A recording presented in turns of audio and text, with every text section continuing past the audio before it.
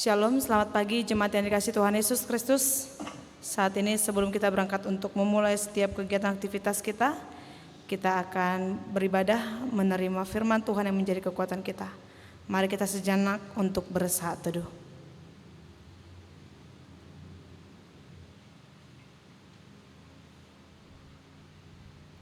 Amin. Kita angkat pujian bagi Tuhan, kita bernyanyi dari buku ND nomor 565 ayat 1.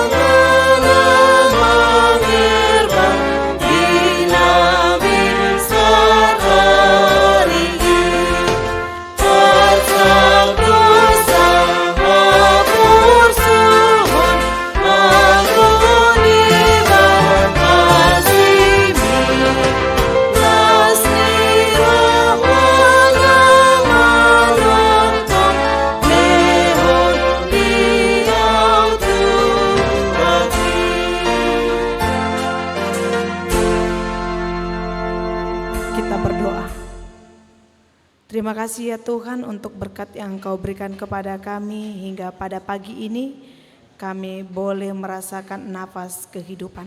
Saat ini ya Tuhan, sebelum kami memulai setiap kegiatan aktivitas kami akan mendengarkan kebenaran firman-Mu yang menjadi kekuatan kami. Tuntun dan ajari kami Tuhan untuk berangkat memahami firman-Mu dan melakukan firman-Mu di dalam perjalanan kehidupan kami. Berfirman Engkau Tuhan, kami telah siap untuk mendengarkannya. Di dalam nama Anak Tuhan Yesus Kristus, kami berdoa dan mengucap syukur.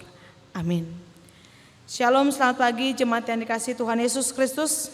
Saat ini kita akan mendengar firman Tuhan yang tertulis di dalam Daniel 12 ayat 3. Daniel 12 ayat 3, beginilah firman Tuhan.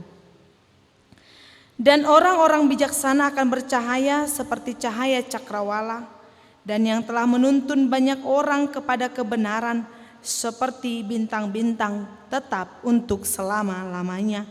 Dan orang-orang bijaksana akan bercahaya seperti cakrawala, dan yang telah menuntun banyak orang kepada kebenaran seperti bintang-bintang tetap untuk selama-lamanya. Demikian firman Tuhan. Jemaat yang dikasihi Tuhan Yesus Kristus, terkadang keadaan masa depan terjadi tidak menyenangkan karena terjadi tidak seturut dengan apa yang kita rancangkan, tidak seturut dengan apa yang telah kita dambakan, berbeda dari apa yang telah kita pikirkan sebelumnya. Ini membuat kita jatuh ke dalam kekecewaan. Oleh karena itu seperti yang dikatakan bahwa ternyata akan ada suatu waktu kesesakan di mana terjadi banyak penderitaan, banyak ujian, dan banyak cobaan yang harus dihadapi.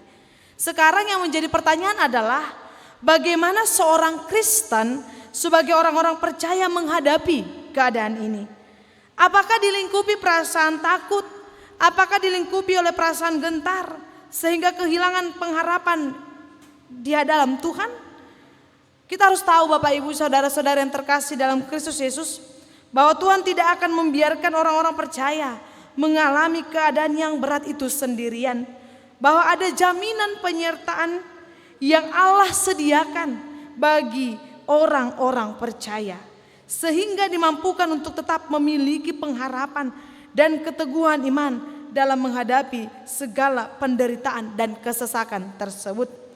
Jemaat yang dikasihi Tuhan Yesus Kristus, demikianlah sosok seorang Daniel yang dikenal sebagai seorang yang luar biasa dan memiliki kelebihan.